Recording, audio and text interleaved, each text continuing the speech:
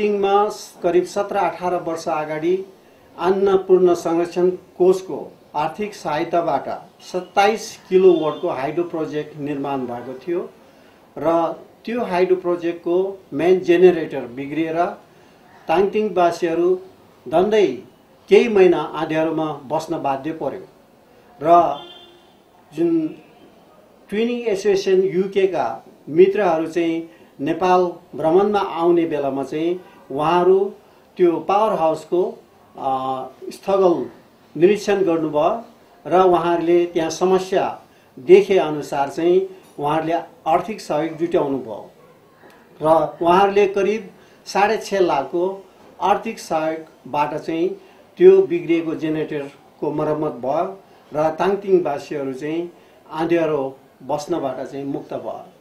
केही वर्ष अघिको भीषण बाढी पहिरोबाट यो ताङटिङको बेसी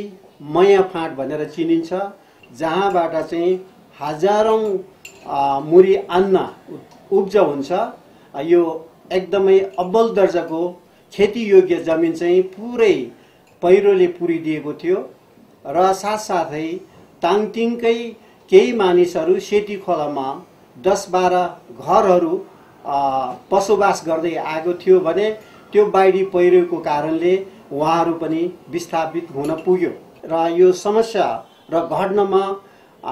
परेका पीडितहरूलाई चाहिँ ट्विनिङ एसोसिएसन युकेले राहत स्वरूप केही आर्थिक सहयोग पनि दिनुभएको छ।